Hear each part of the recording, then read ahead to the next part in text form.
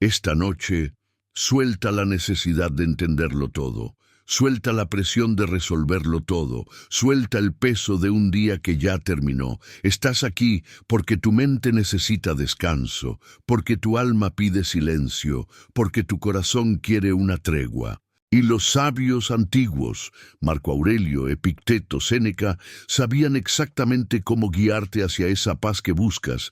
Ellos vivieron guerras, pérdidas, traiciones, incertidumbre, pero aún así aprendieron a dormir con la mente tranquila y despertar con el espíritu en orden. Esta noche vas a hacer lo mismo. No necesitas forzar la calma, no necesitas luchar contra tus pensamientos, solo necesitas escucharlos y dejarlos ir. Permite que estas enseñanzas milenarias te acompañen como un susurro, limpiando tu mente, suavizando tu corazón, apaciguando cada rincón de tu interior. A partir de este momento, tu única tarea es respirar, soltar y dejar que la sabiduría estoica te arrulle hacia un descanso profundo. No estás aquí por casualidad. Estás aquí porque ya es tiempo de dormir sin miedo, sin culpa, sin pensamientos que persiguen tu paz. Esta noche, deja que tu mente descanse. Mañana despertarás diferente, más ligero, más claro, más en paz. Respira hondo, cierra los ojos. Aquí empieza tu descanso. La fortaleza del alma se construye en silencio. La mayoría de las personas cree que la fortaleza se nota, que se grita, que se demuestra. Creen que la fuerza está en la voz más fuerte, en la postura más rígida, en la presencia más intimidante. Pero los sabios antiguos sabían una verdad completamente distinta. La verdadera fortaleza no hace ruido. La verdadera fortaleza no necesita audiencia. La verdadera fortaleza no necesita explicarse. La verdadera fortaleza no pide reconocimiento. La fuerza del alma, la que realmente sostiene tu vida, se construye en los momentos donde nadie te ve. Marco Aurelio, que gobernó un imperio en plena guerra, no escribía para ganar admiración. No anotaba sus reflexiones para que la historia lo aplaudiera. Escribía en secreto para recordar quién era cuando el mundo sacudía todo a su alrededor. Ese es el modelo de fortaleza que los sabios entendían. La fuerza que nace del trabajo interior, del examen propio, de la atención consciente a cada reacción y emoción. Los maestros del desierto enseñaban que un alma fuerte no es la que nunca cae, sino la que no pierde dignidad cuando cae. No es la que no siente dolor, sino la que no permite que el dolor destruya su esencia. No es la que evita el conflicto, sino la que no se rompe por dentro cuando el conflicto llega. Y por eso decían una frase tan profunda como simple. El alma fuerte no reacciona, responde. Reaccionar es lo que hacemos desde la herida. Responder es lo que hacemos desde la sabiduría. La fortaleza se construye cuando eliges. La calma incluso cuando tienes razones para explotar. Cuando eliges el silencio, incluso cuando las palabras te queman la lengua. Cuando eliges la paciencia, cuando el mundo te exige prisa. Cuando eliges la dignidad, cuando todo dentro de ti quiere rendirse. Ese tipo de decisiones, las invisibles, las que nadie nota, las que ocurren dentro de ti antes de abrir la boca, son los ladrillos con los que se forma la fortaleza interior. Y lo más curioso es que nadie aplaude ese proceso. Nadie te felicita por la discusión que decidiste no tener. Nadie celebra la batalla interna que ganaste antes de que alguien la viera. Nadie nota el impulso que dominaste, la emoción que integraste, la herida que no dejaste gobernar tu conducta. Pero ahí, justo ahí, es donde tu alma se vuelve indestructible. Los sabios sabían que el alma se fortalece cuando aprendes a estar contigo mismo sin huir, sin buscar distracciones, sin anestesiar lo que sientes con ruido, consumo o entretenimiento constante. Estar contigo mismo en silencio es uno de los entrenamientos más profundos que existen, porque ahí ves quién eres realmente cuando no. Estás interpretando un papel para otros. El sabio no endurece su corazón. Lo hace estable, lo vuelve un lugar firme, un refugio en medio de la tormenta. Porque endurecer el corazón es simple defensa, pero estabilizarlo es verdadera fortaleza. La fortaleza interior no busca controlar el mundo, Se enfoca en no ser controlada por él. Se construye en los momentos donde eliges no caer en provocaciones, en los días donde decides no dramatizar lo que duele, en las noches donde en lugar de hundirte en el miedo, te mantienes presente y consciente, en los amaneceres donde eliges levantarte aun sintiendo peso en el espíritu. El alma fuerte no es fría, es profunda, no es agresiva, es firme, no es dura, es estable. Y cuando construyes esa fortaleza silenciosa, una transformación ocurre sin que tú lo notes. Lo que antes te destruía, ahora apenas te mueve. Lo que antes te manipulaba, ahora ya no tiene acceso a tu interior. Lo que antes te hacía perder control, ahora solo te invita a respirar. Lo que antes te confundía, ahora simplemente lo observas. Porque la verdadera fortaleza no consiste en no tener problemas, sino en tener un espíritu capaz de atravesarlos sin romperse. Y esa fortaleza, la que perdura, la que te salva, la que te eleva, la que te guía en tus peores momentos, se construye en silencio. El dolor no es tu enemigo, es tu maestro. Los sabios antiguos no huían del dolor, no lo negaban, no lo maquillaban, no lo distraían con placeres momentáneos. Lo observaban con respeto, como se observa a un mensajero importante, incluso cuando trae noticias difíciles. Para el mundo moderno, el dolor es algo que debe eliminarse lo antes posible. Para los sabios antiguos, el dolor era una señal, un llamado, una enseñanza. Epicteto lo expresó con una claridad que atraviesa los siglos. Lo que te hiere no es el evento, sino la opinión que formas sobre él. Con estas palabras, no minimizaba el sufrimiento humano, sino que revelaba su origen más profundo. El evento ocurre, el golpe llega, la pérdida sucede. Pero el sufrimiento prolongado nace cuando tu mente se aferra, cuando se revela, cuando exige que la realidad sea distinta a lo que es. El dolor llega a todos. No distingue edad, estatus, riqueza ni virtud. Pero no todos salen iguales de él. Algunos se endurecen, otros se quiebran, otros se vuelven amargos, desconfiados, cerrados al mundo.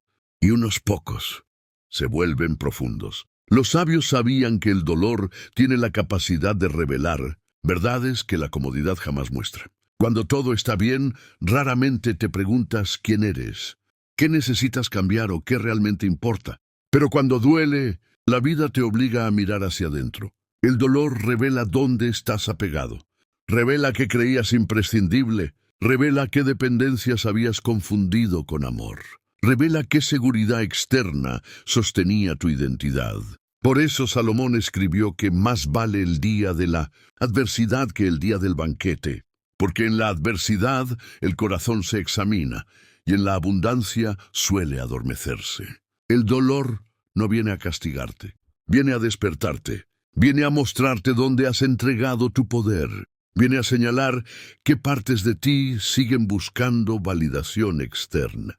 Viene a empujarte, aunque duela, hacia una versión más consciente de ti mismo. Los sabios judíos enseñaban que cada sufrimiento trae consigo una chispa de corrección interior, no como condena, sino como oportunidad, como una grieta por donde puede entrar más luz. Si te atreves a mirar, los estoicos decían que el dolor es inevitable, pero el sufrimiento es opcional, no porque seas indiferente, sino porque puedes aprender a no añadir resistencia mental al dolor físico o emocional. Cuando dejas de pelear con lo que ya ocurrió, el dolor empieza a transformarse. No desaparece de inmediato, pero deja de dominarte. El dolor, visto con sabiduría, se convierte en maestro. Te enseña humildad, te enseña fortaleza, te enseña compasión hacia otros que también cargan sus propias batallas invisibles. Te enseña que no eres tan frágil como creías, que sobrevives a cosas que pensabas imposibles, que tu espíritu tiene más profundidad de la que jamás imaginaste. Los antiguos no buscaban el dolor, pero cuando llegaba, no lo desperdiciaban. Sabían que todo lo que no te destruye puede refinarte, si decides aprender en lugar de endurecerte. El dolor no es la señal de que algo salió mal, a menudo es la señal de que algo está cambiando. Y cuando aprendes a escucharlo sin miedo, sin huir, sin negarlo, descubres una verdad que solo los sabios conocen. El dolor no te quita fuerza, te la devuelve, desde un lugar más profundo. El alma se fortalece en silencio. Los sabios antiguos comprendían algo que hoy resulta incómodo aceptar. La verdadera fortaleza no se construye en el ruido, ni en la validación externa, ni en la exposición constante del dolor. Se construye en silencio, no porque el silencio sea represión, sino porque es el espacio donde el alma puede trabajar sin distracciones. Los sabios sufrían en silencio, no por orgullo, no por negación, sino por enfoque. Sabían que el dolor compartido con cualquiera se diluye en palabras vacías, pero el dolor atendido internamente se transforma en comprensión. Por eso no corrían a explicarse, no buscaban lástima, no entregaban su herida a la multitud, la entregaban a su conciencia. Salomón observó que el hombre que se expone sin control se debilita, mientras que aquel que guarda su interior se vuelve profundo.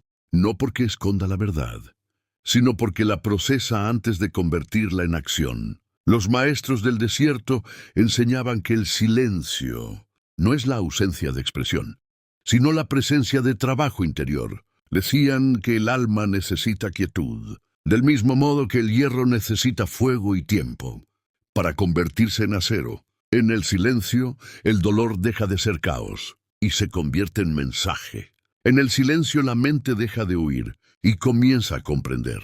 Ahí, y solo ahí, el sufrimiento empieza a perder su filo destructivo y gana profundidad transformadora. El ruido te empuja a reaccionar. El silencio te permite responder.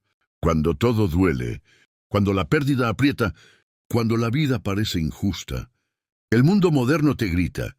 Habla, distrae, escapa, anestesia. Los sabios decían lo contrario. Permanece, observa, comprende. Porque el dolor que atraviesas en silencio, sin negarlo, sin dramatizarlo, sin explotarlo, se vuelve carácter. Y el carácter con el tiempo se vuelve paz. En el silencio se templaba el espíritu. Ahí se ordenaban las emociones. Ahí se separaba lo esencial de lo accesorio. Ahí se limpiaban las falsas culpas y se asumían las verdaderas responsabilidades. Por eso el sabio no teme al silencio. Lo busca, sabe que el ruido desgasta y que solo en la quietud interna puede descubrir quién es realmente cuando se caen las máscaras del mundo. El alma que aprende a trabajar en silencio se vuelve difícil de quebrar, no porque no sienta dolor, sino porque ya no se pierde en él. Allí nace la verdadera fortaleza. Allí se forja la claridad. Allí aparece una paz que no depende de circunstancias, personas, ni aplausos. El silencio no te hace más débil, te hace más profundo. Y quien es profundo no se rompe con facilidad. La pobreza no define tu valor, revela tu carácter. Los sabios antiguos sabían algo que el mundo moderno teme aceptar. La pobreza no es el peor mal que puede sufrir un ser humano. Lo verdaderamente peligroso es perder el carácter cuando falta el dinero. Los sabios judíos enseñaban una distinción fundamental. La pobreza es una condición externa. La miseria es un estado interior. Uno puede tener poco y vivir con dignidad, o tener mucho y vivir esclavizado por el miedo, la avaricia y la comparación constante. Salomón observó a hombres rodeados de riquezas y los vio vacíos. Y también vio a hombres con casi nada, pero con una solidez interior inquebrantable. Por eso advirtió que quien no domina su espíritu seguirá siendo pobre aunque acumule oro, y que quien gobierna su alma puede ser rico incluso cuando sus bolsillos están vacíos. La escasez no llega por casualidad, llega como una prueba silenciosa, no para destruirte, sino para mostrarte quién eres cuando ya no puedes esconderte detrás de lo material. Cuando el dinero falta, la vida hace preguntas incómodas.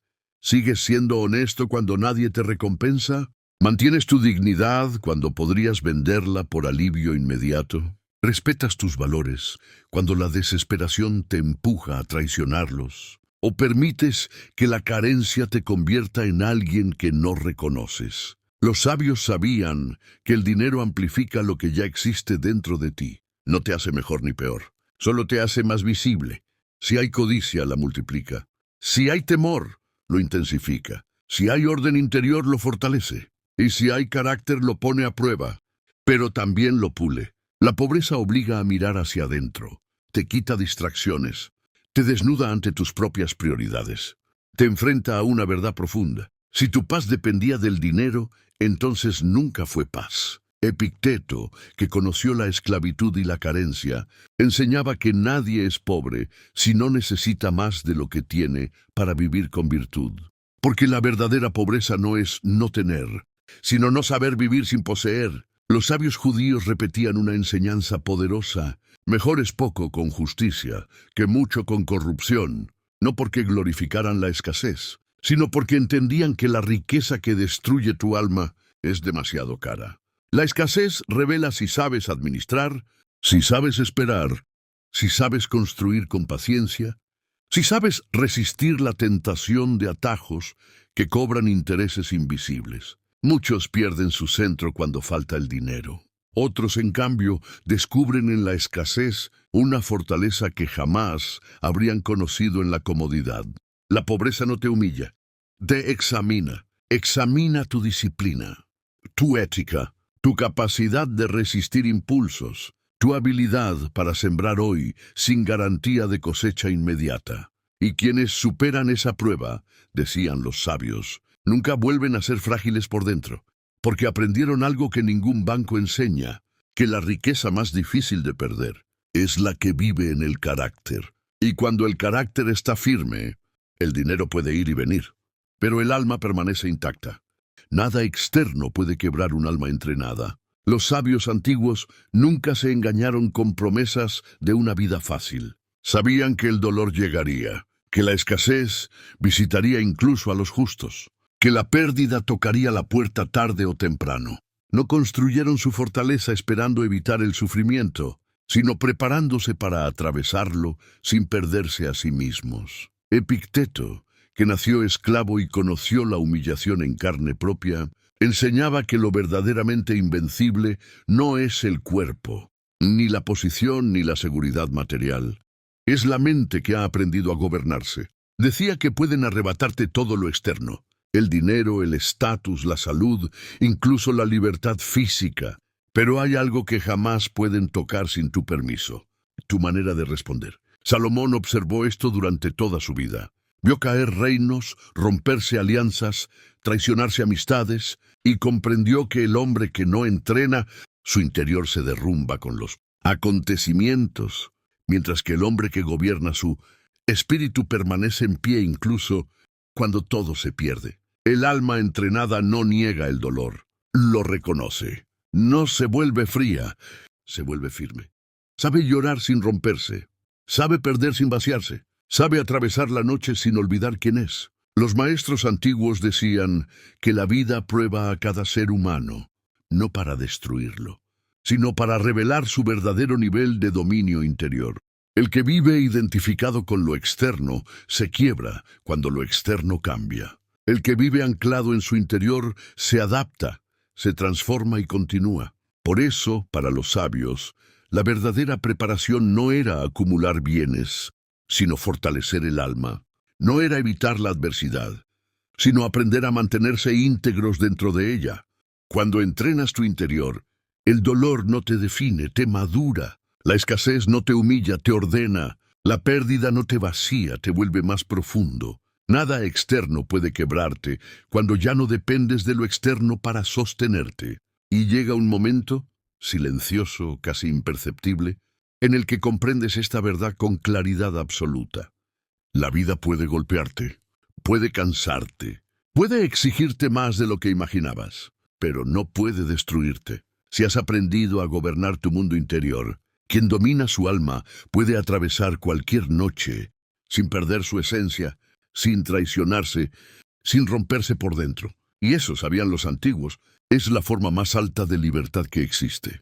No te quiebra lo que sucede, te quiebra perderte a ti mismo. Esta es la enseñanza final que los sabios antiguos reservaban solo para sus discípulos más preparados, no porque fuera secreta, sino porque era peligrosa para quien aún no estaba listo para vivir con responsabilidad interior. Los sabios lo sabían con absoluta claridad.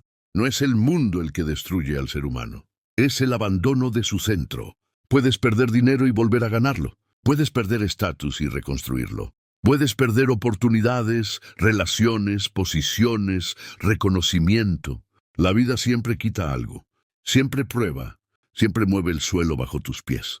Pero cuando pierdes tu eje interno, cuando dejas de reconocerte en tus decisiones, cuando traicionas tu propia conciencia para evitar incomodidad, entonces el daño es más profundo, porque ya no luchas contra el mundo, luchas contra ti mismo. Epicteto enseñaba que ningún hombre es realmente esclavo por su situación externa, sino por su incapacidad de gobernar su interior. Puedes estar encadenado y conservar la dignidad. Puedes ser libre y vivir sometido por el miedo, el deseo o la opinión ajena. Salomón lo expresó con una imagen aún más contundente. Sobre toda cosa guardada, guarda tu corazón.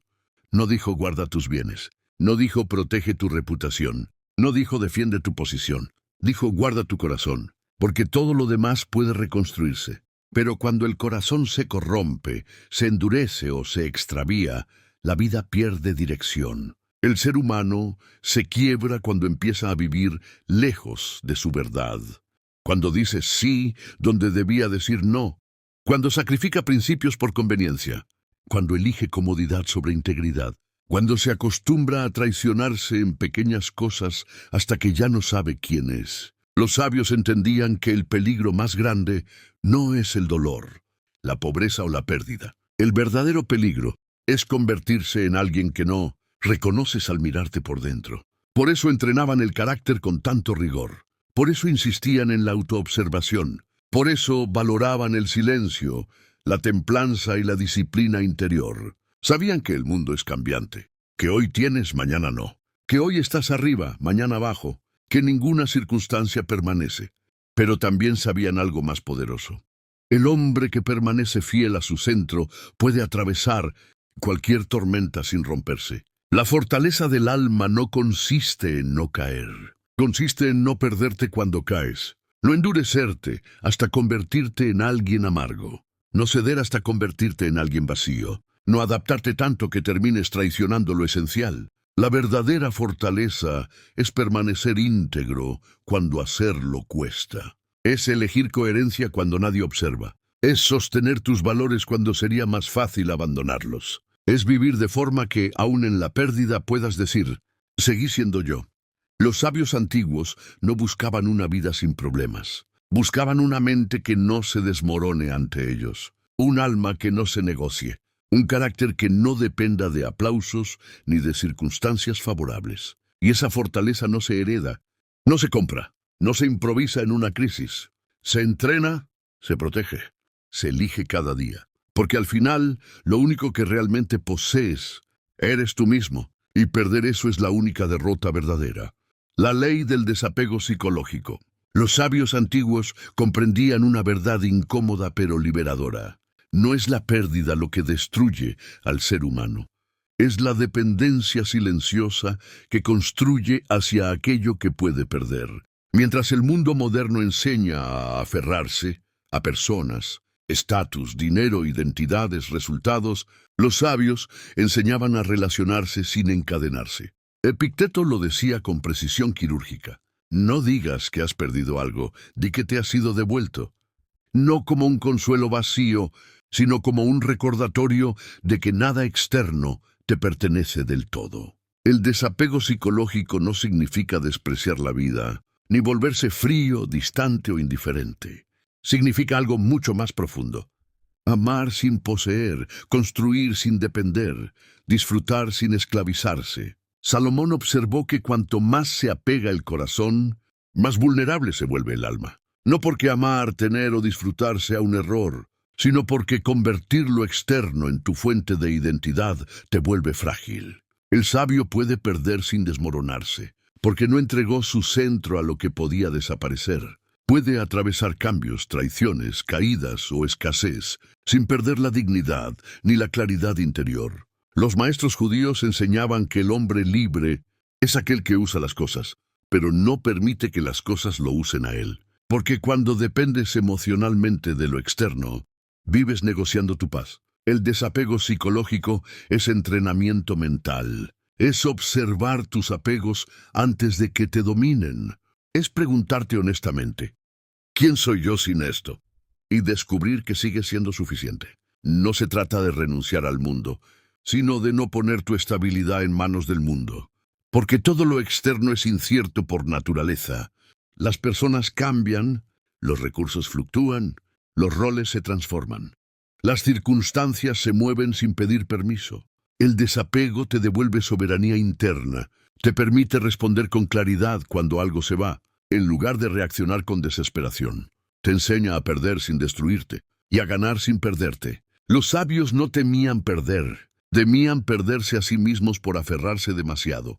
Por eso el desapego era fortaleza, no frialdad, era claridad. Era dominio interior, era libertad psicológica. Y quien desarrolla esta ley descubre algo esencial. Cuando nada externo te gobierna, nada externo puede quebrarte. La ley del hábito invisible. El carácter se forma en lo pequeño. Lo que repites en silencio gobierna tu destino en público. Los sabios antiguos comprendían una verdad que hoy casi nadie quiere aceptar. La vida de una persona no se decide en los grandes momentos, sino en los hábitos invisibles que repite cada día sin atención. Salomón lo expresó con una imagen simple pero profunda. Como piensa el hombre en su corazón, así es él. No hablaba de pensamientos ocasionales, sino de los pensamientos habituales, los que vuelven una y otra vez, los que se instalan en el interior y terminan definiendo el rumbo de la vida. Los estoicos coincidían en esto. Marco Aurelio escribía para sí mismo porque sabía algo esencial. La mente necesita ser entrenada diariamente, no solo cuando hay problemas, sino sobre todo cuando no los hay. Porque cuando llega la dificultad, la mente no improvisa, responde según el hábito que ya tiene. Los sabios judíos enseñaban que el alma se moldea como la arcilla, con pequeñas presiones constantes, no con golpes repentinos. Un solo acto no te define, pero la repetición sí. No es el error ocasional lo que construye el carácter, sino la conducta que decides mantener cuando nadie mira. La ley del hábito invisible dice esto. Lo que haces cuando estás solo es mucho más importante que lo que haces frente a otros. Tus rituales privados, tu manera de pensar cuando no hablas, tu forma de reaccionar internamente, los compromisos que cumples contigo mismo y los que rompes en silencio. Todo eso te está formando. El mundo ve los resultados, pero los sabios miraban el proceso. Sabían que nadie se vuelve sabio de repente, ni fuerte de un día para otro, ni íntegro por accidente. Todo es consecuencia de hábitos pequeños. La forma en que usas tu tiempo, cómo tratas tus pensamientos, cómo respondes a la frustración cotidiana, cómo eliges actuar cuando podrías elegir comodidad. Epicteto advertía que el verdadero peligro no es una vida difícil, sino una vida desordenada por dentro. Porque una mente sin hábitos sanos se deja llevar por impulsos, por emociones momentáneas, por excusas que se sienten bien hoy, pero cuestan caro mañana. El hábito invisible puede ser tu mayor enemigo, o tu mayor aliado. Puede construir disciplina sin que lo notes, o debilitar tu carácter sin hacer ruido. Puede hacer que tomes buenas decisiones de forma natural, o que te traiciones a ti mismo sin darte cuenta. Por eso los sabios no esperaban motivación. Construían estructura. No dependían del ánimo, dependían del hábito. Sabían que una mente bien entrenada actúa correctamente incluso cuando el corazón duda. Esta ley nos recuerda algo incómodo pero liberador. Tu futuro no depende tanto de lo que sueñas, sino de lo que repites, no de lo que prometes, sino de lo que practicas, no de lo que dices ser, sino de lo que haces cada día cuando nadie te aplaude. El hábito invisible es el cimiento silencioso de toda vida sólida. Quien lo entiende, deja de buscar cambios espectaculares y empieza a construir transformaciones reales, pequeñas, constantes, profundas, porque al final, como sabían los antiguos, el destino no se decide en un solo acto heroico, sino en miles de elecciones silenciosas.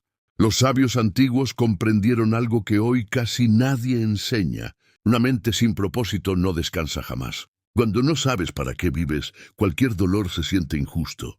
Cualquier obstáculo parece castigo, y cualquier silencio se vuelve angustia. Salomón observó que el ser humano puede soportar cargas enormes si entiende por qué las carga. Pero cuando no hay sentido, incluso el peso más pequeño aplasta el alma. Por eso escribió que, donde no hay visión, el pueblo se desordena. No hablaba solo de naciones, hablaba del mundo interior. Los estoicos coincidían plenamente. Marco Aurelio se recordaba cada mañana que había nacido para cumplir una función en el orden de la naturaleza. Ese recordatorio lo mantenía firme incluso en medio de guerras, traiciones y pérdidas. El propósito no eliminaba el sufrimiento, pero le daba dirección. Sin propósito, la mente busca estímulos. Se distrae, se compara, se queja, se dispersa. Empieza a llenar el vacío con placeres momentáneos, con validación externa, con preocupaciones innecesarias. Y cuanto más intenta llenar ese vacío, más ansiedad genera. Con propósito ocurre lo contrario. La mente se organiza, las prioridades se aclaran, las emociones pierden poder destructivo. Incluso el dolor encuentra un lugar. Ya no es solo sufrimiento. Se convierte en parte del camino. Los sabios judíos enseñaban que cada persona nace con una responsabilidad única en el mundo. No una obligación impuesta desde fuera, sino una tarea interior. Desarrollar su carácter, usar sus talentos, aportar sentido. Cuando una persona vive alineada con esa misión, su mente deja de vagar sin rumbo. El propósito no siempre es grande ni visible. No siempre es fama, éxito o reconocimiento. A veces es aprender a ser justo. A veces es romper un patrón familiar. A veces es cuidar, enseñar, construir, resistir con dignidad. Pero cuando el propósito es claro, la vida deja de sentirse caótica. Los antiguos sabían esto. El propósito no elimina los problemas, pero elimina la confusión. Y una mente sin confusión es una mente fuerte. Por eso enseñaban que antes de dominar el mundo, hay que responder una sola pregunta interior. ¿Para qué estoy aquí? Quien encuentra su propósito puede atravesar dificultades sin perderse. Quien no lo encuentra, se pierde incluso cuando todo parece ir bien. La ley del propósito interno es simple y poderosa. No necesitas una vida sin dolor. Necesitas una vida con sentido. Y cuando ese sentido se vuelve claro, la mente deja de ser tu enemiga y se convierte en tu aliada más firme. Los sabios antiguos nunca hablaron de la mente fuerte como algo que aparece por suerte, talento o inspiración repentina. Para ellos la fortaleza mental era el resultado de un entrenamiento constante, silencioso y cotidiano. Así como el cuerpo se debilita cuando no se mueve, la mente se vuelve frágil cuando no se ejercita. Epicteto enseñaba que nadie nace libre, sereno o disciplinado. Esas cualidades se construyen, se ganan con repetición, se forjan con práctica diaria. Los sabios judíos decían algo parecido. El alma se educa igual que el carácter, un día a la vez, no con grandes promesas, sino con pequeños actos sostenidos. La mente que hoy no entrenas, mañana reaccionará sin control. El pensamiento que hoy no ordenas, mañana te dominará. La emoción que hoy no observas, mañana decidirá por ti. Por eso los sabios tenían rituales diarios, momentos de reflexión, tiempos de silencio, espacios de examen interior. Marco Aurelio no escribía para el mundo, escribía para entrenarse a sí mismo. Cada línea era un recordatorio, cada pensamiento una corrección interna. El entrenamiento mental no se nota de inmediato, no da aplausos, no genera reconocimiento externo, pero prepara el espíritu para cuando llegue la presión, cuando llega el conflicto, cuando aparece la pérdida, cuando surge el caos. La mente entrenada responde con claridad, mientras la no entrenada entra en pánico. Esta es una ley dura pero liberadora. No eres víctima de tu mente, eres responsable de su entrenamiento. Y entrenar la mente no significa llenarla de información, sino enseñarle a permanecer firme, a no reaccionar de inmediato, a distinguir lo importante de lo accesorio, a sostener la calma cuando todo invita al desorden. La fortaleza mental no aparece en los grandes momentos. Se construye en lo ordinario, en cómo piensas cuando nadie te observa, en cómo eliges cuando no hay presión, en cómo te hablas cuando fallas. Los sabios sabían algo esencial. Quien se entrena cada día no necesita heroicidad cuando llega la prueba, porque la disciplina diaria convierte lo difícil en natural y lo pesado en llevadero. La mente fuerte no nace, se forma. La paz no aparece, se practica. El carácter no se improvisa, se entrena, y quien entiende esta ley deja de buscar atajos y empieza a construir una fortaleza interior que ningún caos puede derribar. Los sabios antiguos descubrieron una verdad que hoy seguimos resistiendo. No puedes controlar el mundo, pero sí puedes controlar la forma en que lo interpretas. Esta ley fue el pilar del estoicismo y una enseñanza central en la sabiduría judía. Epicteto lo dijo con una claridad implacable. Hay cosas que dependen de nosotros y cosas que no. La confusión nace cuando las mezclamos. La mayoría del sufrimiento humano proviene exactamente de ahí. Intentamos controlar lo incontrolable, las decisiones de otros, los eventos del pasado, el futuro incierto, la opinión ajena, la forma en que la vida debería ser. Salomón observó este mismo patrón siglos antes y escribió que el hombre se afana por gobernar lo externo y pierde dominio sobre su espíritu. Y cuando el espíritu pierde gobierno, todo se vuelve frágil. Quien basa su paz en lo externo vive en permanente amenaza. Si todo sale bien, está tranquilo.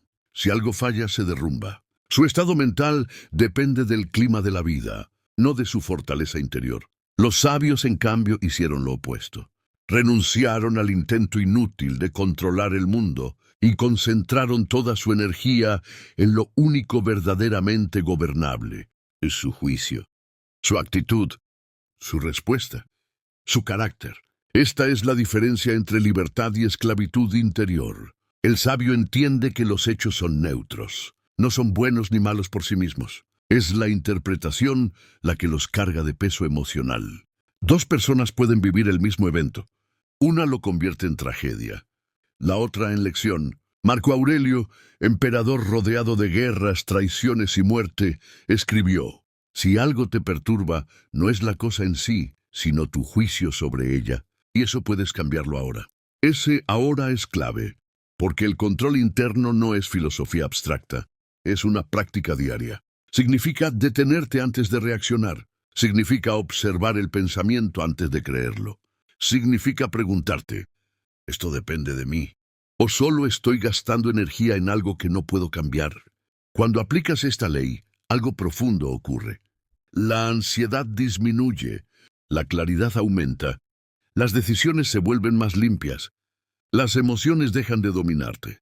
No porque la vida se vuelva fácil, sino porque tú te vuelves firme. Los sabios judíos hablaban de guardar el corazón, no como represión, sino como vigilancia consciente.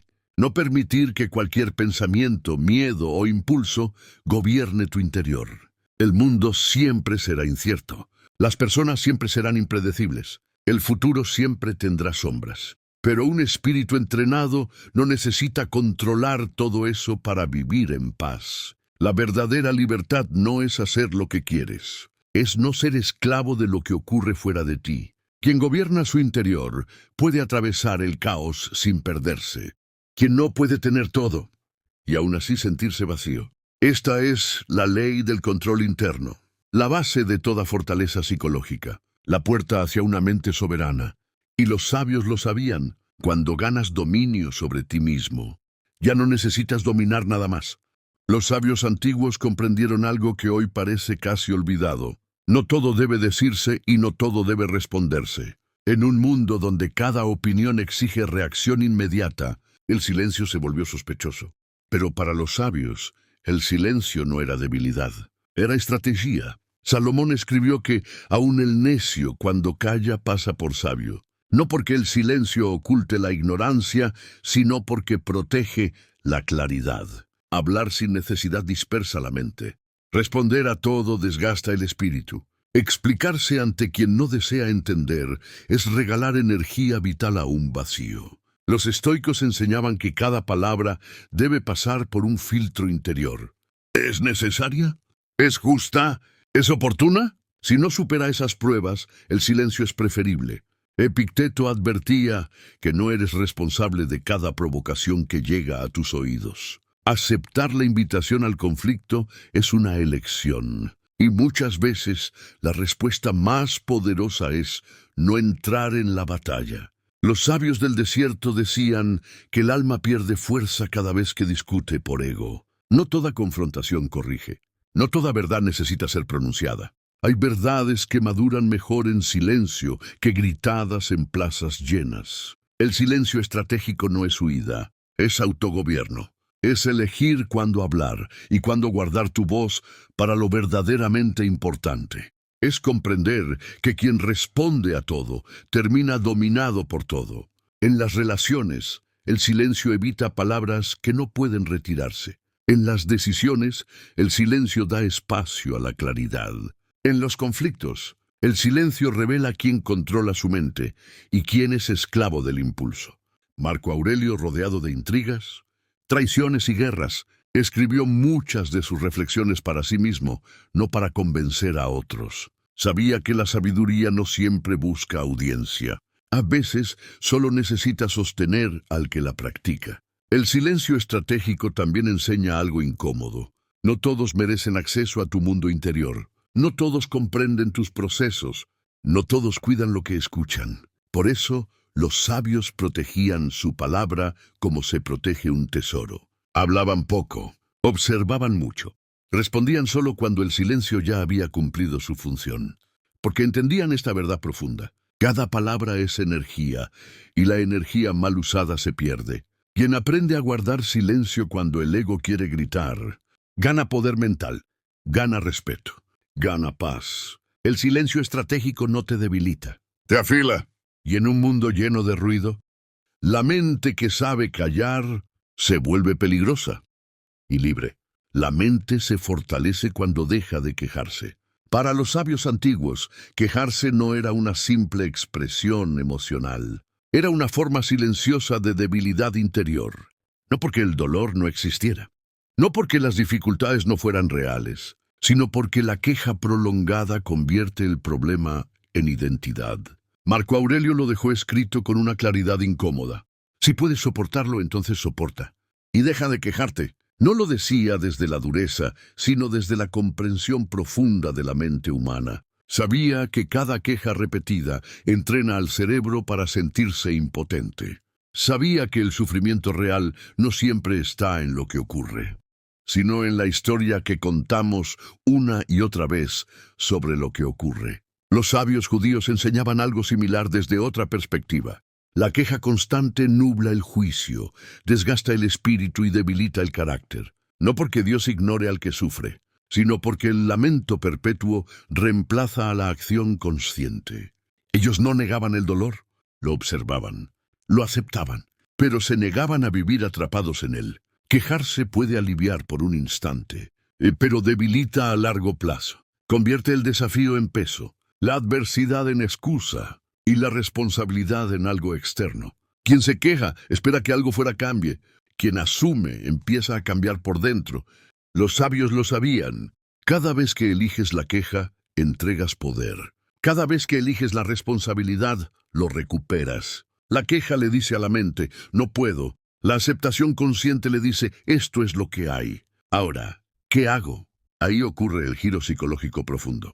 No se trata de fingir que todo está bien. Se trata de dejar de alimentar lo que te debilita. Dejar de repetir internamente frases que te encogen. Dejar de narrarte como víctima permanente de la vida. Epicteto advertía que no puedes controlar lo que te sucede, pero siempre puedes controlar la actitud con la que lo enfrentas. Y la queja es una actitud que debilita la voluntad. Cuando la mente deja de quejarse, no se vuelve fría, se vuelve clara. Empieza a pensar en soluciones, empieza a medir decisiones, empieza a recuperar dignidad interna. La fortaleza mental no nace cuando desaparecen los problemas, sino cuando decides no convertir cada problema en una herida abierta. Los sabios entrenaban su mente para hacer esto en silencio.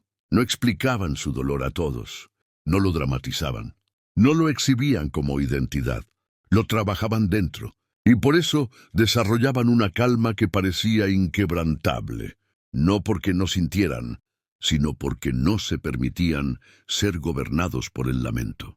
Cuando dejas de quejarte, la mente deja de girar en círculos y comienza a avanzar, y ese simple cambio silencioso, interno, invisible, es una de las mayores fuentes de poder psicológico que existen. Porque quien deja de quejarse, recupera algo que la mayoría pierde sin darse cuenta: el gobierno de su propia mente. Pensar claro es más importante que reaccionar rápido. El mundo moderno premia la velocidad. Responder rápido, decidir rápido, opinar rápido, moverse rápido. Pero los sabios antiguos sabían algo que hoy casi nadie recuerda. La velocidad sin claridad no es progreso, es caos acelerado. Para ellos, reaccionar rápido era una señal de mente desordenada. Pensar claro, en cambio, era una forma de supervivencia interior.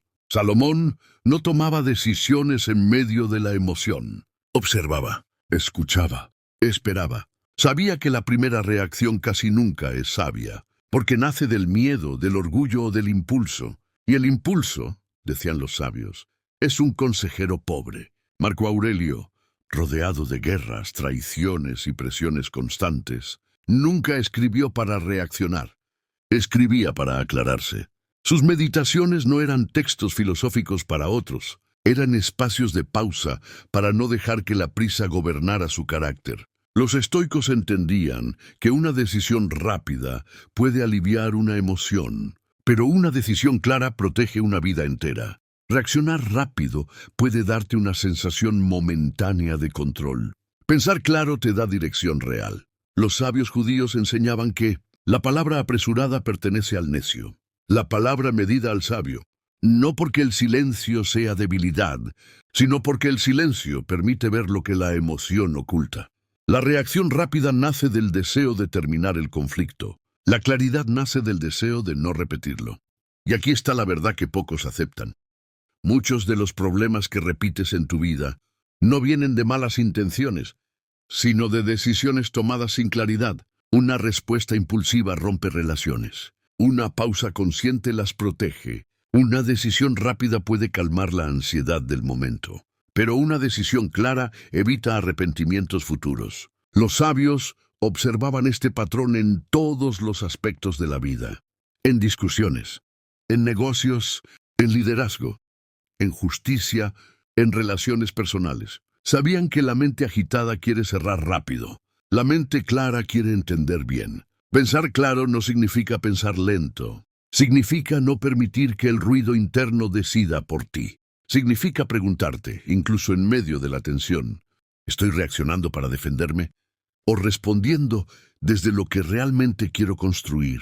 Porque quien vive reaccionando, vive siendo empujado por el mundo. Pero quien vive pensando con claridad, elige su camino incluso bajo presión. Los sabios no escapaban del conflicto, escapaban de la confusión, y por eso sobrevivieron a épocas que destruyeron a otros. La claridad mental no es un lujo filosófico, es una necesidad práctica. Es la diferencia entre una vida que se repite y una vida que avanza. Pensar claro es un acto de respeto hacia tu futuro. Reaccionar rápido, muchas veces, es una traición momentánea a él. Por eso los sabios entrenaban la pausa, porque sabían que la pausa no retrasa la sabiduría, la protege. Y cuando aprendes esta lección, algo cambia profundamente. Dejas de responder como eras y empiezas a responder como quieres llegar a ser. Eso, decían los antiguos, es el verdadero dominio de la mente. El conflicto no nace afuera, nace en la interpretación. Los sabios antiguos comprendían una verdad que la mayoría de las personas modernas nunca descubre. El conflicto no vive en las situaciones, sino en la interpretación que hacemos de ellas. Dos hombres pueden vivir exactamente el mismo evento: una traición, una pérdida, una crítica, un fracaso, y aún así experimentar mundos completamente distintos. Uno sufre sin medida, el otro crece. La diferencia no está en el hecho, está en el juicio interno. Epicteto enseñaba que los hombres no se perturban por las cosas, sino por las opiniones que tienen de ellas. Esta frase, cuando se entiende de verdad, puede cambiar para siempre la forma en que ves tu vida. Porque lo que te molesta, lo que te enoja, lo que te hiere, lo que te frustra, no está afuera. Está en el significado que tu mente creó. Los rabinos enseñaban lo mismo, pero con otro lenguaje. El corazón del hombre crea sombras donde no hay ningún obstáculo. Para ellos, la mente humana tenía la capacidad de convertir un pequeño problema en una montaña imposible, o una dificultad enorme en una oportunidad divina. El evento era el mismo. El cambio siempre ocurría en el interior. Cuando algo te duele, no es solo lo que pasó, es lo que tú interpretaste. Me hicieron esto porque no valgo. Esto siempre me pasa a mí. Nunca voy a salir de esta situación. Pierdo porque no soy suficiente. Cada pensamiento agrega peso a un hecho que quizá, en su naturaleza, era neutro. Los sabios lo sabían. Por eso enseñaban a sus discípulos a atrapar el pensamiento antes de que se convierta en tormenta. El problema no es el conflicto con otras personas. El verdadero conflicto ocurre entre tú y tus conclusiones apresuradas. Marco Aurelio practicaba algo que hoy llamaríamos cirugía mental. Cuando algo lo molestaba, escribía hasta descubrir qué pensamiento estaba creando el dolor. Nunca decía esto es horrible, sino qué opinión mía está alimentando esta sensación. Los sabios judíos hablaban del yetzer, la inclinación interna que deforma la realidad cuando la mente está dormida. Ellos decían, no es la situación lo que te destruye, sino la historia que te cuentas sobre ella. Y tenían razón. Una crítica puede ser veneno para quien interpreta todo como un ataque, pero puede ser una bendición para quien ve ahí un llamado a crecer. Una pérdida puede hundir a quien cree que no podrá vivir sin lo que perdió, pero puede purificar a quien entiende que la vida también enseña quitando. Un obstáculo puede frustrar a quien lo interpreta como injusticia, pero impulsa al que lo interpreta como entrenamiento. Lo que te cambia no es el hecho, es la lectura. Por eso, para los sabios, la verdadera disciplina no era controlar el mundo exterior, sino gobernar el filtro interno con el que lo interpretabas. Cuando dominas este principio, todo en tu vida cambia. Tus relaciones se vuelven más sanas porque dejas de inventar intenciones. Tus emociones se vuelven más estables porque ya no reaccionas por impulso. Tus decisiones se vuelven más sabias porque no actúas desde percepciones distorsionadas. Tu paz deja de depender del comportamiento ajeno. La mente crea batallas que nunca existieron, pero también puede crear puentes que nunca imaginaste. El sabio no niega el evento. Lo observa, lo examina, lo interpreta con claridad. Y después responde desde la lucidez, no desde la distorsión. Porque al final el conflicto no nace en lo que te pasa, sino en lo que tu mente te hace creer acerca de lo que te pasa. Cuando entiendes esto, recuperas el poder. Y cuando recuperas el poder, el mundo deja de ser enemigo y se convierte en un maestro. La paz mental es una consecuencia, no una meta. Los sabios antiguos entendían algo que hoy casi nadie comprende. La paz mental no se persigue directamente, se construye. El hombre moderno busca sentirse bien como objetivo final. Persigue calma, placer, alivio, tranquilidad inmediata. Pero en esa persecución constante ocurre una paradoja. Cuanto más intenta alcanzar la paz, más se le escapa. Los estoicos jamás hablaron de la paz como una meta aislada. Hablaron de virtud, de rectitud, de coherencia interior. Para ellos, la paz era el resultado natural de vivir correctamente. Marco Aurelio no escribió para calmar su ansiedad. Escribía para ordenar su mente, para recordarse cómo debía actuar, para alinearse con lo que dependía de él. Y de esa alineación surgía la calma. Salomón enseñaba una verdad similar desde otro lenguaje. Los caminos del justo son paz. No decía que el justo busca paz, sino que la paz aparece cuando el camino es correcto.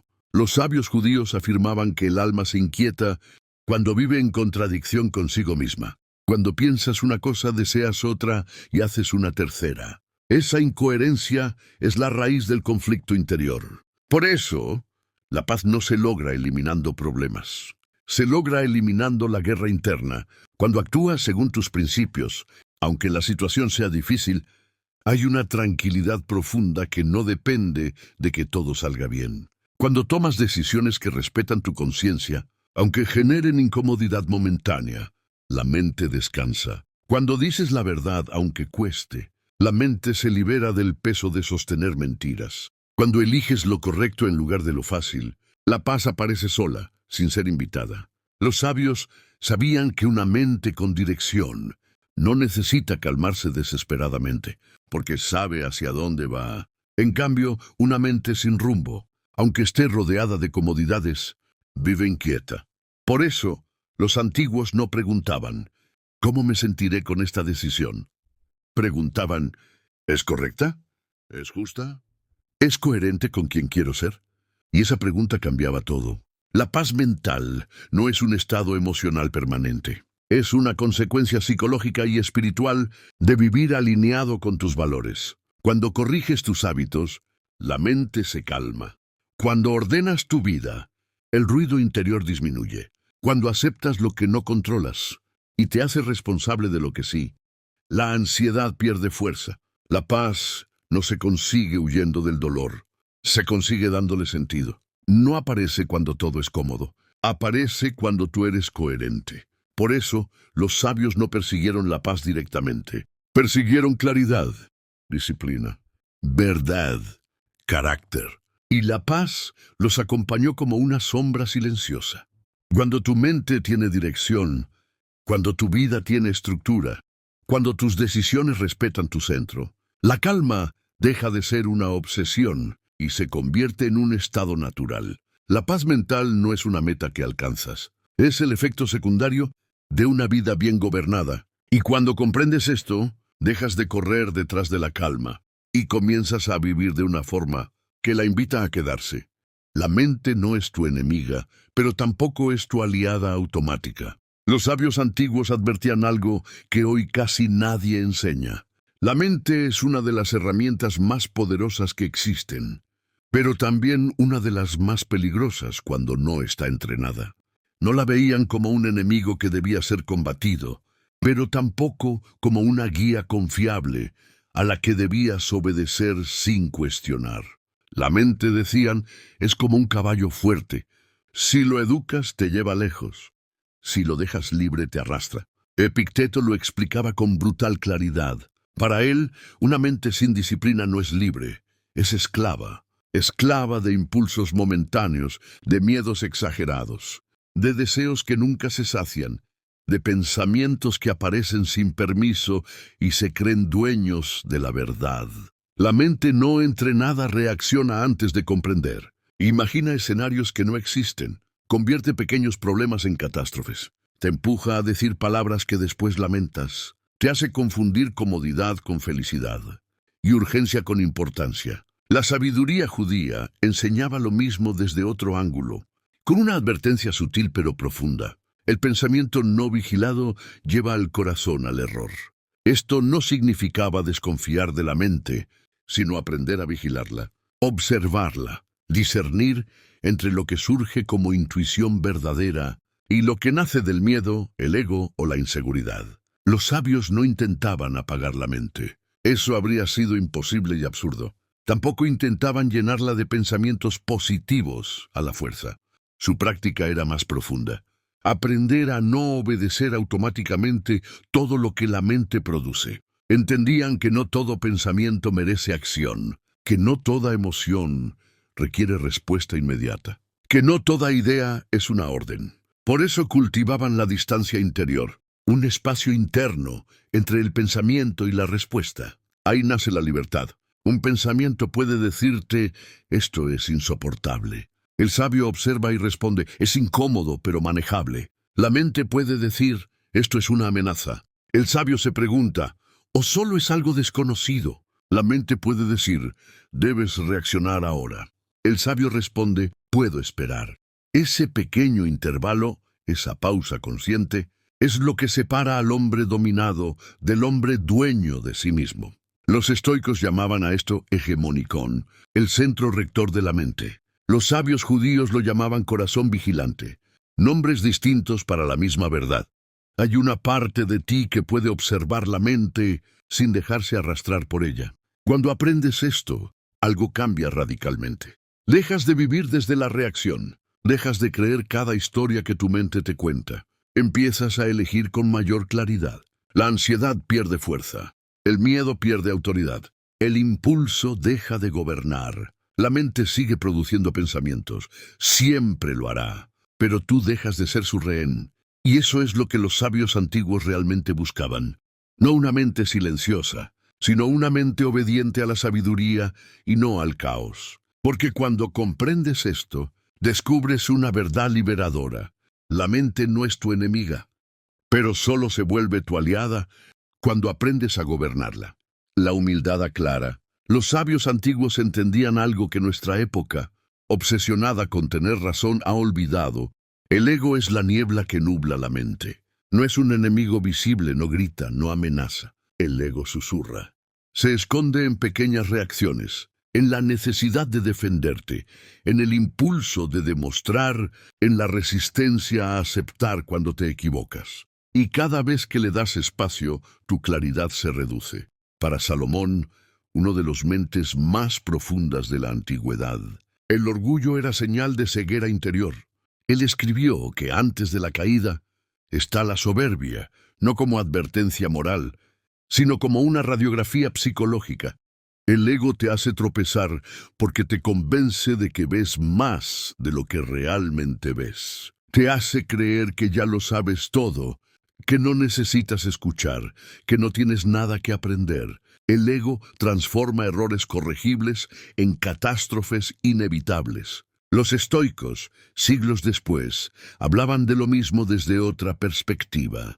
Para ellos, el ego era la emoción disfrazada de lógica, la voz interna que te empuja a reaccionar rápido, a defender tu punto, a proteger tu imagen incluso cuando esa imagen es una prisión. Marco Aurelio, emperador del mundo, se recordaba cada mañana: no eres un dios. No eres perfecto. No tienes derecho a la arrogancia. Si el hombre más poderoso del planeta necesitaba recordarse eso, ¿qué nos dice sobre la fragilidad del juicio humano? Los sabios judíos también advertían del peligro del ego. Decían que el soberbio no ve el mundo como es, sino como quiere que sea. El ego distorsiona, exagera ofensas, inventa amenazas, alimenta la comparación, reacciona antes de entender. Y cuando la mente está ocupada protegiendo su imagen, no puede ver la verdad. La humildad, por el contrario, no es debilidad ni sumisión. Para los sabios, la humildad era una técnica cognitiva, una herramienta psicológica para pensar mejor. La humildad permite observar sin defenderte, escuchar sin preparar una respuesta, aprender sin miedo al juicio, aceptar sin sentir que pierdes valor. La humildad limpia la mente de ruido emocional. El ego te tensa, la humildad te libera. El ego quiere ganar discusiones, la humildad quiere encontrar claridad. El ego busca reconocimiento, la humildad busca crecimiento. El ego quiere tener razón hoy, la humildad quiere ser sabio mañana. Cuando el ego dirige tu mente, reaccionas. Cuando la humildad la dirige, comprendes. Y la comprensión siempre te da más poder que la reacción. Los sabios enseñaban que ninguna mente puede acceder a sabiduría profunda si está ocupada protegiéndose. La humildad abre espacio interno, espacio para pensar, para ver, para corregir, para mejorar. La humildad no te reduce, te expande. Te permite vivir sin la carga del orgullo, sin la ansiedad de impresionar, sin la necesidad de demostrar constantemente tu valor. Dominar la mente, entonces, no es llenarte de información ni memorizar enseñanzas. Es reducir el ruido que te impide pensar. Y el mayor ruido viene del ego. Cuando logras callarlo, aunque sea por instantes, aparece una claridad que sorprende. Entiendes mejor tus emociones, tus decisiones, tus relaciones y tu camino. Ves la realidad sin distorsión. Ves a los demás sin prejuicios. Te ves a ti mismo sin máscaras. Los sabios lo sabían. El ego confunde, la humildad aclara.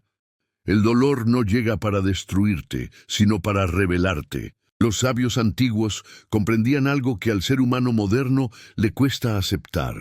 El dolor no es un error de la vida, es parte de su lenguaje más profundo. Vivimos creyendo que una buena vida es una vida sin dolor. Pero los sabios sabían que una vida sin dolor sería una vida sin profundidad, sin conciencia y sin transformación. El dolor no llega por accidente. Llega cuando el alma está lista para ver lo que antes evitaba. Salomón observó que el sufrimiento tiene una función silenciosa pero poderosa: separar al hombre superficial del hombre profundo.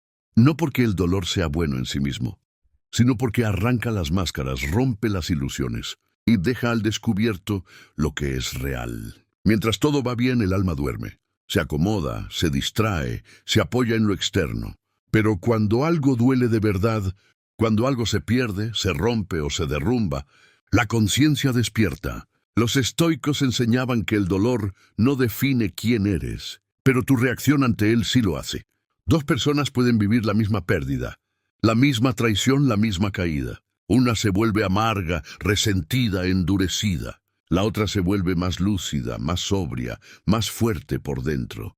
La diferencia no está en lo que ocurrió, sino en cómo cada uno miró lo ocurrido.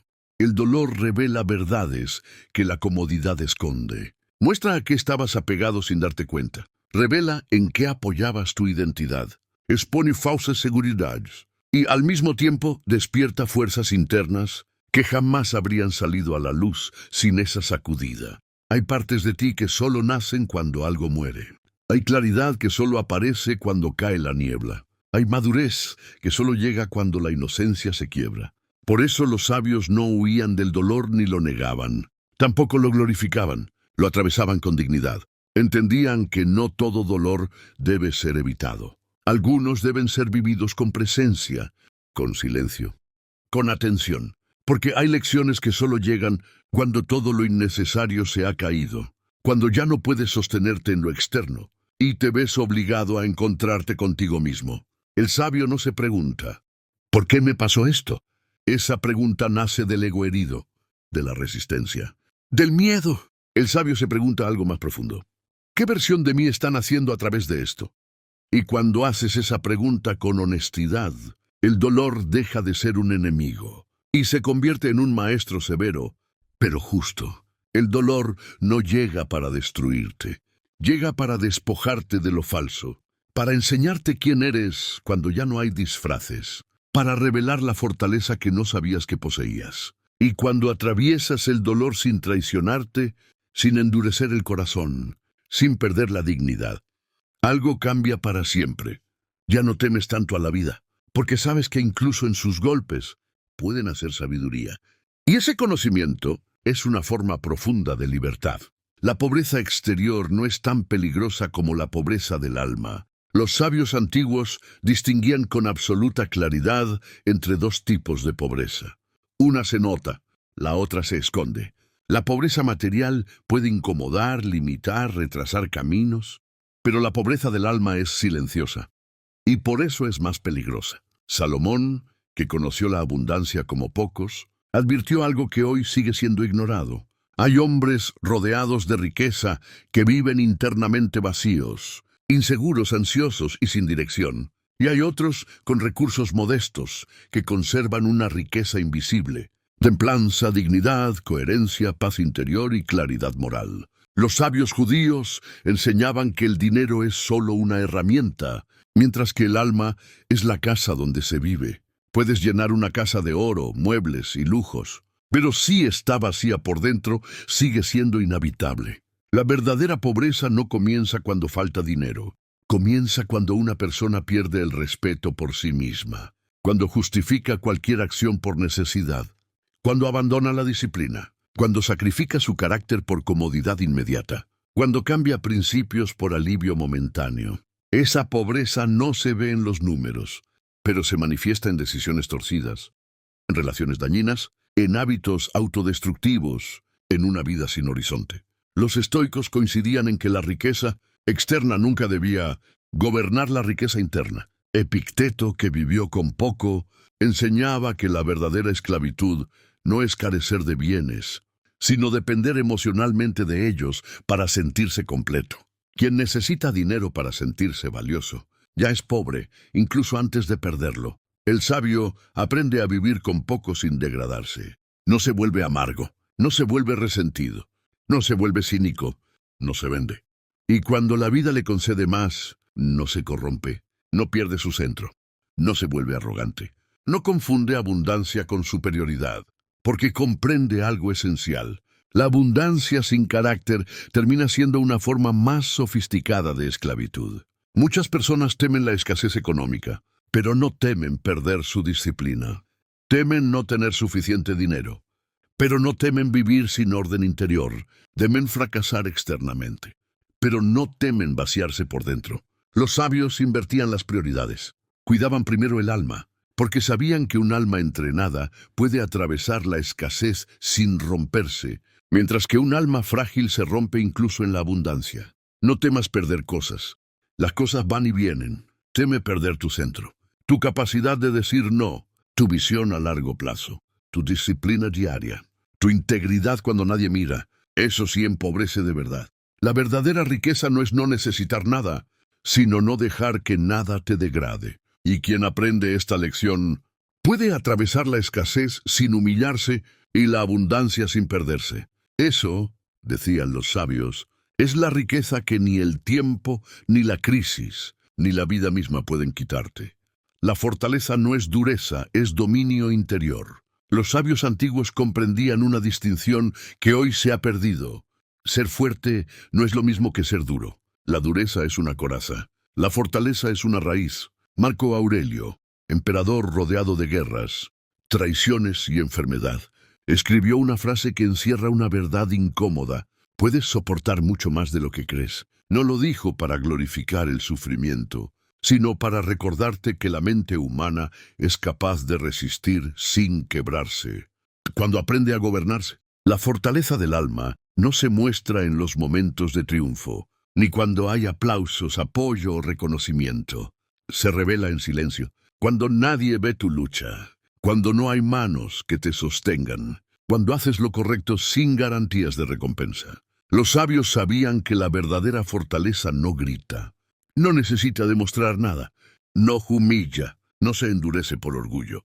La fortaleza auténtica es dominio interior, es la capacidad de sentir dolor sin permitir que te convierta en resentimiento. Es experimentar miedo sin permitir que gobierne tus decisiones. Es atravesar la injusticia sin transformarte en aquello que te dañó. No es reprimir emociones, es comprenderlas, ordenarlas y decidir desde un lugar más alto. Muchos confunden fortaleza con insensibilidad, pero los sabios enseñaban que quien se vuelve frío para no sentir, termina perdiendo lo más valioso, su humanidad. El fuerte no es quien no siente, es quien siente profundamente y aún así elige actuar con dignidad. Los estoicos llamaban a esto templanza, la habilidad de sostener el equilibrio interno cuando el mundo se vuelve extremo. Los sabios judíos hablaban del dominio del yetzer, la inclinación interna que empuja al exceso, al impulso, a la reacción desmedida. Vencerla no era negar la emoción, sino elevar la conciencia por encima de ella, porque la emoción desbordada esclaviza. La emoción gobernada libera.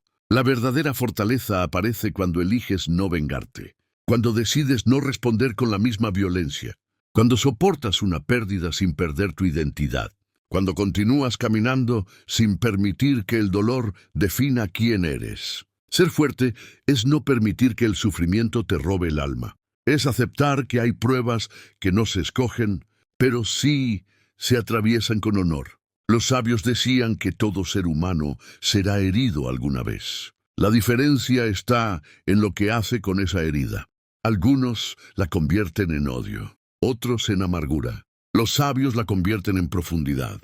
La fortaleza del alma no es rigidez, es flexibilidad consciente. Es la capacidad de doblarse sin romperse, de adaptarse sin perder el eje, de resistir sin endurecer el corazón. Quien domina su interior no necesita endurecerse contra el mundo, porque sabe algo que pocos comprenden. El mundo puede golpear el cuerpo, pero solo tú decides qué hace con tu espíritu. Y cuando aprendes eso, cuando comprendes que tu verdadera fuerza nace desde dentro, descubres algo liberador. Nada externo puede arrebatarte tu dignidad, si tú no se la entregas. No todo lo que duele debe ser rechazado. Los maestros del desierto enseñaban una verdad que incomoda pero libera. No todo dolor viene a destruirte. Algunos llegan para revelarte. Ellos decían que la herida ignorada se infecta, pero la herida atendida se transforma. no porque el dolor sea bueno en sí mismo, sino porque la conciencia lo convierte en maestro. En el mundo moderno se nos ha enseñado a huir del dolor, a anestesiarlo, distraerlo, ocultarlo, negarlo. Se nos dice que sentir es una debilidad y que avanzar significa no mirar atrás. Pero los sabios antiguos sabían algo distinto. Lo que se reprime no desaparece, solo se esconde y regresa con más fuerza. El dolor que no se escucha se vuelve resentimiento. El dolor que no se mira se convierte en miedo. El dolor que no se acepta se transforma en patrones repetidos, en relaciones rotas, en decisiones impulsivas, en una vida vivida a medias. Aceptar el dolor no es glorificarlo, no es quedarte atrapado en él. Aceptar es mirarlo sin huir, es reconocer lo que te está mostrando sobre ti. Porque el dolor siempre señala algo, una expectativa irreal, un apego excesivo, una herida antigua, un límite que no supiste poner, una verdad que evitaste aceptar. Los estoicos decían que el sufrimiento surge cuando exigimos que la realidad sea distinta a lo que es. La herida no duele solo por el hecho ocurrido, sino por la resistencia interna a aceptarlo. Marco Aurelio escribía que no hay nada más agotador que luchar contra lo inevitable. Y los sabios judíos enseñaban que el crecimiento del alma siempre pasa primero por el reconocimiento honesto del dolor. El sufrimiento que enfrentas con conciencia se convierte en sabiduría. Porque al mirarlo de frente descubres qué necesitas sanar, qué debes soltar, qué ya no eres y en quién puedes convertirte. El dolor que evitas, en cambio, te persigue. Aparece disfrazado de ansiedad, de enojo inexplicable, de vacío, de cansancio constante, de una sensación de desconexión contigo mismo. Por eso los antiguos no huían del dolor. Lo atravesaban con dignidad. Sabían que cada herida contiene un mensaje y que ignorarlo es prolongar el sufrimiento innecesariamente. Aceptar no es rendirse. Aceptar no es resignarse. Aceptar es ver claro, es dejar de pelear con la realidad. Para poder actuar desde la verdad, es soltar la fantasía de cómo debería haber sido y empezar a vivir desde lo que es. Cuando aceptas el dolor con conciencia, algo profundo ocurre. Deja de dominarte. Ya no dirige tus decisiones desde la sombra. Ya no condiciona tu futuro sin que lo notes. Se integra, se comprende, se transforma.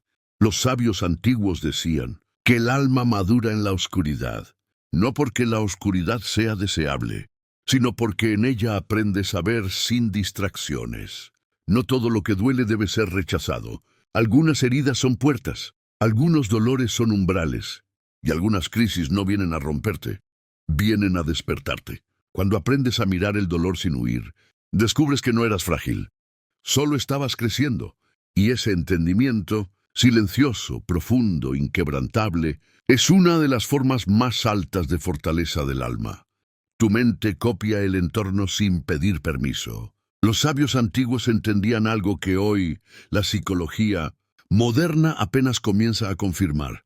La mente humana es profundamente imitadora. Absorbe, repite y normaliza aquello que la rodea, incluso cuando creemos que somos independientes. No necesitas aceptar una idea conscientemente para que ésta te moldee. Basta con exponerte a ella de forma constante. Por eso los estoicos eran extremadamente cuidadosos con su entorno. Epicteto advertía que convivir con personas dominadas por la queja, el miedo o la impulsividad terminaba despertando esas mismas pasiones dentro de ti. No porque seas débil, sino porque la mente aprende por contagio. La sabiduría judía decía algo muy similar. Cuida tus puertas, refiriéndose a los sentidos. Lo que escuchas, lo que miras, lo que permites entrar en tus pensamientos, termina convirtiéndose en parte de tu carácter. El entorno no solo influye en tu estado de ánimo, moldea tus estándares, tus expectativas y hasta tu forma de interpretar la realidad. Si vives rodeado de ansiedad, comenzarás a ver amenazas donde no las hay. Si vives rodeado de cinismo, perderás sensibilidad moral. Si vives rodeado de ruido constante, tu mente olvidará cómo descansar. Los sabios sabían que nadie se mantiene fuerte aislándose del mundo, pero tampoco entregándose a él sin filtros. Por eso elegían con cuidado con quién conversaban profundamente. ¿Qué tipo de historias consumían? ¿Qué ideas repetían diariamente? ¿Qué emociones normalizaban como parte de la vida? Entendían que la mente es como agua en movimiento. Toma la forma del recipiente que la contiene. Un entorno caótico no necesita destruirte directamente. Basta con normalizar la prisa, el miedo, la comparación constante y la reactividad. Poco a poco, sin notarlo, comienzas a pensar como aquello que te rodea.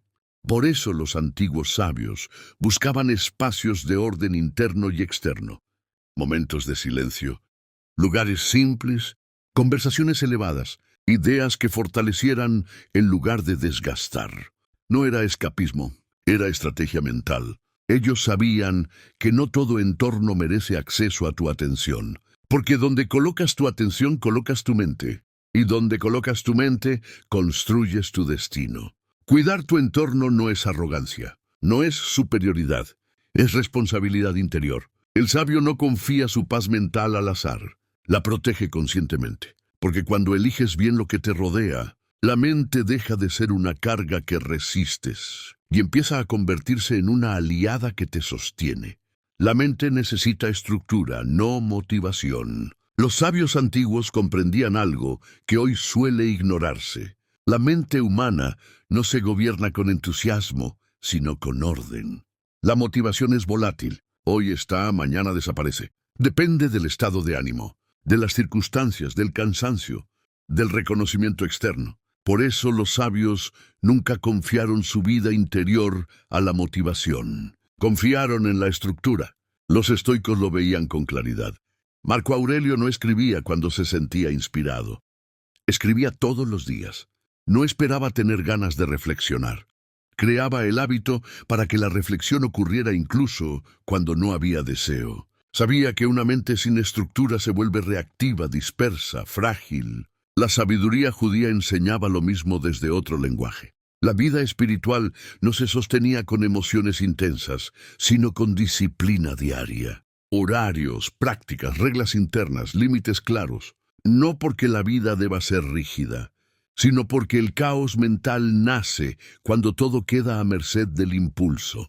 Los sabios sabían que la mente busca el camino fácil, evita lo difícil, pospone lo importante, justifica lo innecesario.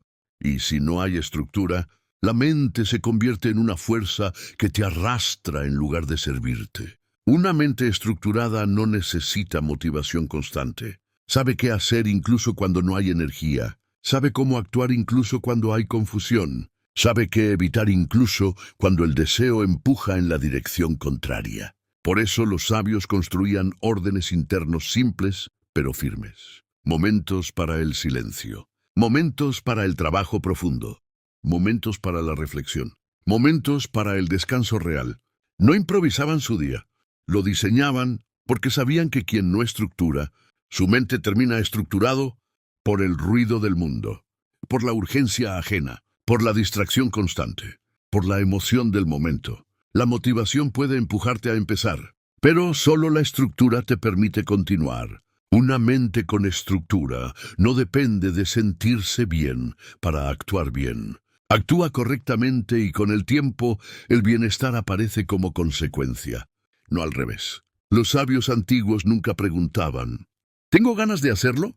Se preguntaban, ¿esto corresponde a la persona que quiero ser? Y esa pregunta, repetida cada día, construía carácter. La estructura mental es un acto de respeto hacia uno mismo. Es decidir que tu vida interior no quedará a merced del capricho. Es elegir orden donde antes había dispersión, dirección donde antes había impulso, claridad donde antes había ruido. Una mente estructurada no es una mente rígida, es una mente estable. Y la estabilidad, decían los sabios, es la base de toda libertad verdadera. El silencio es una herramienta mental. Los estoicos y los sabios judíos valoraban el silencio de una manera que hoy hemos olvidado. Para ellos, el silencio no era ausencia de ruido. Era un acto de poder, una forma de ordenar la mente, fortalecer el espíritu y proteger la energía interior. No lo veían como un espacio vacío, sino como un territorio sagrado donde la claridad podía emerger sin interferencias. Epicteto afirmaba que ningún hombre puede aprender si no se escucha a sí mismo. Y con esto no hablaba de escuchar pensamientos ruidosos o cavilaciones ansiosas, sino de escuchar la voz tranquila que solo aparece cuando cesa la reacción automática. Los sabios judíos enseñaban algo similar, que el silencio es la cuna de la sabiduría, porque la verdad rara vez grita, más bien susurra. En tiempos antiguos, el silencio se entrenaba igual que un músculo. Se practicaba al inicio del día, antes de hablar, antes de actuar. Era una disciplina. Entendían que quien hablaba sin pensar se volvía esclavo de su propio impulso. Pero quien sabía callar en el momento correcto podía ver lo que otros no veían. Intenciones ocultas, emociones verdaderas, caminos más sabios. El silencio no es simplemente no hablar. Es no reaccionar de inmediato, no caer en provocaciones, no explicar más de lo necesario, no desperdiciar energía tratando de convencer a quien no quiere escuchar. Es un filtro que separa lo esencial de lo inútil. Mientras más silenciosa tu mente, más fuerte tu presencia. Los sabios del desierto decían que la mente se aclara cuando la lengua descansa. Ellos sabían que cada palabra tiene un costo psicológico. Hablar por impulso agota. Explicar de más desgasta. Defenderse constantemente fragmenta la energía interna. Por eso el silencio se convirtió en una herramienta de protección mental. Evitaba el desgaste innecesario. Conservaba poder interior y permitía elegir con precisión qué emociones valía la pena, invertir y cuáles no. Incluso Marco Aurelio, gobernante de un imperio lleno de caos y decisiones urgentes, buscaba minutos de silencio para ordenar su mente antes de actuar. Escribía en soledad, no para dejar un legado, sino para domesticar el ruido interno y limpiar su percepción del mundo. Sabía que un pensamiento no filtrado puede convertirse en un enemigo y que una palabra impulsiva puede desatar tormentas. El silencio también te revela cosas que el ruido oculta. Demuestra qué emociones son reales y cuáles son reacciones del momento. Te enseña qué batallas vale la pena pelear. Te ayuda a ver la raíz del problema en lugar del síntoma. Te permite escuchar tu intuición, esa voz que se ahoga cuando vives corriendo. Y lo más importante, el silencio te devuelve poder personal. Te recuerda que no tienes que reaccionar a todo, no tienes que explicar todo, no tienes que demostrar nada. Que tu energía no es gratis y no debe ser entregada a cualquiera. Cuando practicas el silencio estratégico, empiezas a ver cómo cambian tus relaciones, tus decisiones y tu forma de interpretar la realidad. Dejas de ser reactivo y te conviertes en alguien que responde con sabiduría. Dejas de desperdiciar energía y empiezas a dirigirla. Dejas de vivir en ruido mental y comienzas a vivir en claridad interior. Porque al final, el silencio no es ausencia, es presencia, es control, es fortaleza interna. Y es una de las herramientas más poderosas que los sabios antiguos dejaron para quienes buscan dominar su mente en un mundo que no deja de hacer ruido. La atención es poder psicológico. Los sabios antiguos sabían algo que hoy parece olvidado. Tu atención es tu recurso más valioso, más que el dinero, más que el tiempo, más que la fuerza física. Porque allí donde va tu atención, va tu energía, va tu mente, va tu vida. Por eso, entrenaban la atención como otros entrenaban el cuerpo. No la dejaban a merced del ruido, de las emociones pasajeras o de las opiniones ajenas. Marco Aurelio escribía que la mente toma la forma de aquello en lo que se detiene con frecuencia. Si tu atención vive atrapada en el miedo, te conviertes en miedo. Si vive en la queja gobierna tu vida. Si vive en el control, nunca descansas. La sabiduría judía enseñaba algo similar. Donde está tu pensamiento constante, allí habita tu corazón. Es decir, no vives donde estás físicamente, vives donde pones tu atención. El problema del mundo moderno no es la falta de información, sino el exceso de atención mal dirigida. Pensamientos interrumpidos, emociones fragmentadas, mentes dispersas que nunca descansan. Los sabios entendían que una mente dispersa se desgasta sin construir. Una mente enfocada, en cambio, se fortalece incluso en medio del caos. Por eso cuidaban qué miraban, qué escuchaban, qué conversaciones sostenían, y qué ideas repetían internamente. No todo merece tu atención. No todo problema es tu problema. No toda emoción merece obediencia inmediata. Epicteto enseñaba que la paz comienza cuando decides retirar tu atención de aquello que no depende de ti. No porque no importe, sino porque desgasta sin ofrecer solución. La atención sostenida es poder psicológico porque te permite elegir en vez de reaccionar, observar en vez de explotar, discernir en vez de confundirte. Cuando entrenas tu atención, tu mente deja de correr detrás de todo estímulo. Empieza a moverse con intención, con dirección, con propósito. El sabio no busca controlar el mundo, busca gobernar su atención, porque sabe que quien controla su atención ya ha ganado la mitad de la batalla interior. La mente enfocada no vive acelerada, vive presente. Y en esa presencia nace la claridad, la templanza y la verdadera fortaleza del alma. Domina tu atención y tu mente dejará de ser un campo de batalla para convertirse en una herramienta de sabiduría.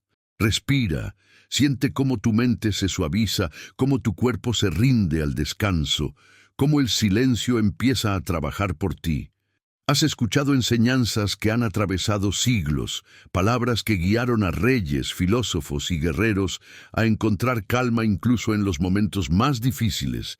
Ahora esa calma también es tuya. No necesitas respuestas esta noche, no necesitas solucionar nada, no necesitas luchar con tus pensamientos. Lo hiciste bien, llegaste hasta aquí y ahora permite que el sueño haga su parte, permite que tu alma descanse, que tu mente se apacigüe, que tu corazón se ordene en silencio. Mientras duermes, tu interior se acomoda, tu espíritu se fortalece, tu paz se renueva. Mañana despertarás con claridad, con una mente más ligera, con un corazón más firme, con una serenidad que nace desde dentro. Que esta noche te abrace. Que tu descanso sea profundo, que tu despertar sea luminoso. Duerme tranquilo, duerme en paz. Tu mente ya sabe el camino. Buenas noches.